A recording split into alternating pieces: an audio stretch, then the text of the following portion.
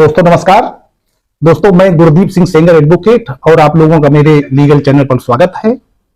दोस्तों आज का विषय है कि कोई वसीयत चाहे वो रजिस्टर्ड हो या अनरजिस्टर्ड हो किस तरह से साबित होगी। वैसे तो अब रजिस्टर्ड वसीयत की कोई वैल्यू नहीं बची है, जो अनरजिस्टर्ड वसीयत की वैल्यू है वही रजिस्टर्ड वसीयत की वैल्यू है। दोस्तों थोड़ा सा एक अंतर है, जो बहुत माइनर अंतर है, उसको मैं आज समझा देता हूं कि रजिस्टर्ड वसीयत को साबित करने में और अनरजिस्टर्ड वसीयत को साबित करने में क्या मामूली सा अंतर है, जिसको आज आप लोग समझ लें। क्योंकि बहुत सारे लोग ये क्वेश्चन करते हैं, कमेंट्स में पूछते हैं कि साहब पूरी सरकारी मशीनरी बेकार है, वसीयत करने वाला बेकार हो गया और सुप्रीम कोर्ट ने या सरकार ने ऐसा नियम बना दिया है। ऐसा नहीं है, ये नियम बहुत पहले से हैं, क्योंकि वसीयत जब तक साबित नहीं होती है तो संदेह के घेरे में ही होती है। जिस व्यक्ति ने वसीयत की है उस व्यक्ति की मृत्यु हो चुकी है। दस्तावेज तभी कोई साबित होता है कोर्ट में जब उसको एग्जीक्यूट करने वाला कहे कि हाँ ये हमारे हस्ताक्षर हैं, साबित हो गया, हमने लिखा था, स्वस्थ मन और इंद्रियों की दशा में लिखा था, तभी तो साबित होता है। लेकिन जब कोई वसीयत साबित की जाती है तो जिस व्यक्ति ने वो वसीयत निष्पादित की है उसकी तो मृत्यु हो गई होती है, वो तो जीवित ही नहीं है। तो उसको कौन साबित करेगा, कौन बताएगा कि मेरे हस्ताक्षर हैं या मैंने किए थे। तो दोस्तों वसीयत जब भी होती है तो वसीयत में दो अनुप्रमाणन साक्षी होते हैं, माने हाशिया गवाहान, जिनको विटनेस बोलते हैं। तो ऐसे दो विटनेस जो होते हैं वो सबसे पहले न्यायालय में आकर के ये बताते हैं कि ये वसीयत फला फला व्यक्ति ने बोली थी, लिखवाई थी और अपने इंद्रियों की स्वस्थ मन और दशा के आधार पर लिखवाई थी और वो बिल्कुल स्वस्थ थे, करने के लिए राजी थे और लिखवाने के बाद उन्होंने हमारे सामने अपने हस्ताक्षर किए थे।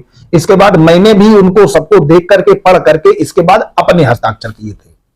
तो दोस्तों एक केस हुआ, हॉनरेबल सुप्रीम कोर्ट तक गया है और उस केस में हॉनरेबल सुप्रीम कोर्ट ने एक ऐसी बात बताई है कि कुछ 12 पॉइंट्स बताए हैं कि कोई भी बिल इसी तरह से साबित होगी। तो एक केस था मीना प्रधान वर्सेस कमला प्रधान का, 21 सितंबर 2023 में इसका जजमेंट हुआ है हॉनरेबल सुप्रीम कोर्ट में। इसका लेटेस्ट जजमेंट है। इसमें यह था, मामला था कि मीना की सबसे पहले फर्स्ट मैरिज हुई और सेकेंड मैरिज फिर कमला प्रधान से हुई, कमला प्रधान की हुई। इसके बाद बिल जो थी वो सेकेंड वाइफ के हक में तैयार की गई। फर्स्ट वाइफ के हक में बिल नहीं थी, सेकेंड वाइफ के हक में बिल थी और फर्स्ट वाइफ ने उसमें ऑब्जेक्शन किया हुआ था कि बिल फर्जी है।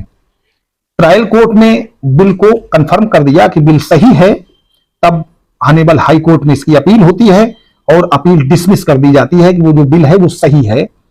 तब हॉनरेबल सुप्रीम कोर्ट ने बताया है कि बिल साबित करने के लिए क्या क्या साबित करना होगा। तो उसमें सबसे पहले उन्होंने कहा है कि पूर्ण होशो हवास में बनाई हुई बिल हो और बिल अंतिम हो। दूसरा उन्होंने बताया है कि बिल स्वेच्छा से बनाई गई हो। होश हवास अलग बात है, स्वेच्छा अलग बात है। जैसे कोई होश हवास में भी हो और उसकी इच्छा ना हो, उस पर दबाव बना करके कोई बिल बनवाई जाती है तो वो बिल आपकी फर्जी है, नहीं पढ़ी जाएगी साक्ष्य में। इसके बाद उसमें है कि दो विटनेसेस हों, दो साक्षी होना बहुत कंपलसरी है और उन दोनों साक्षियों ने उस बिल पर, जिसने बिल की है, उसको हस्ताक्षर करते देखा हो। यह भी एक बहुत महत्वपूर्ण पॉइंट है। और अटेस्टिंग विटनेस जो हैं, अगर वो हाजिर नहीं होते हैं कोर्ट में, माने कोर्ट में अगर वो दोनों अटेस्टिंग विटनेस आकर के कोर्ट को नहीं बताते हैं कि हमारे सामने ये बिल एग्जीक्यूट हुई थी, तो डाउट क्रिएट होता है और ऐसा डाउट ये कहता है कि ये बिल फर्जी है, कूट रचित है, उसे साबित करना होता है। दोस्तों एक और आज मैं नई बात बता देता हूं, बहुत लोगों को नहीं मालूम है। जब वो दोनों विटनेसेस भी ना हो, ऐसा बहुत स्थिति में होता है, बहुत लोग पूछते हैं कि साहब बिल तो है, दोनों गवाह नहीं है और जिसने बिल की थी वो उसकी भी डेथ हो गई है, तो उसको साबित कौन करेगा। उसको साबित करने के लिए दोस्तों अगर रजिस्टर्ड बिल है तो उस तहसील का वो रजिस्ट्रार जिसके सामने बिल एग्जीक्यूट हुई है वो उसको साबित कर सकता है। वो कहेगा कि इन लोगों ने ये सिग्नेचर करके मेरे सामने मेरे कार्यालय में इस बिल को रजिस्टर कराया था, मैं इसको साबित करता हूं, बिल साबित हो जाएगी। तो दोस्तों जब तक बिल साबित नहीं होती है तब तक वो बिल मान्य नहीं होती है, बिल को साबित ही करना पड़ेगा। तो जब भी आप कोई प्रॉपर्टी बिल के माध्यम से हस्तांतरित करें तो ये समझ लें कि ये बिल चैलेंज होगी, बिल कोर्ट में साबित करनी पड़ेगी, और कोर्ट में अगर साबित ना हो पाई तो वो बिल बेकार हो जाएगी। तो इसमें 11 प्रिंसिपल्स हॉनरेबल सुप्रीम कोर्ट ने बताए हैं कि बिल साबित कैसे की जाएगी, और ट्रायल कोर्ट ने सही निर्णय दिया है ये भी कहा है, क्योंकि बिल वहां साबित हुई थी।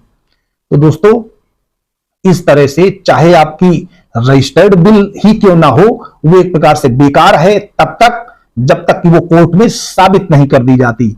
और बिल साबित करने के लिए बिल को एक व्यक्ति के द्वारा आक्षेपित किया जाएगा कि ये फर्जी है, फिर वो न्यायालय में मामला आता है और न्यायालय की एक कसौटी है, उस पर वो बिल कसी जाती है, और अगर न्यायालय की कसौटी पर कस जाने के बाद वो बिल साबित हो जाती कि असली है, तो उस बिल में जो भी संपत्ति जिसके हस्तांतरण के लिए लिखी गई है, क्योंकि बिल किसी व्यक्ति की अंतिम इच्छा होती है, तो उस अंतिम इच्छा को न्यायालय द्वारा पूरा करा दिया जाएगा।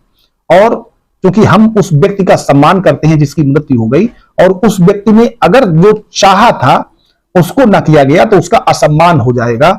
इसीलिए अगर कोई वसीयत साबित हो जाती है तो फिर उसको एग्जीक्यूट भी करा दिया जाता है, और थ्रू कोर्ट एग्जीक्यूट करा दिया जाता है। तो दोस्तों, अगर आप इस तरीके का कोई मामला है जिसमें कोई बिल है, बिल वो भले ही रजिस्टर्ड है, तो उसको ये मान के चलें कि इसको न्यायालय में साबित करना पड़ेगा, और अगर वो गवाह अपनी बात से मुकर रहे हैं तो ये आपके लिए नुकसानदायक होगा। इसलिए बिल बनाते समय बहुत सोच समझ के बनाएं, क्योंकि प्रॉपर्टी आपके बच्चों को, आपके उन लोगों को जानी है जिसको आपने सोचा है, जिसको आप स्नेह करते हैं, चाहते हैं। और अगर उन लोगों की बजाय प्रॉपर्टी राजगामी हो जाए या थर्ड पर्सन को मिले, तो बिल बनाते समय बहुत सावधानी रखें, और उसको साबित कराते समय भी बहुत सावधानी पूर्वक उसको साबित कराएं।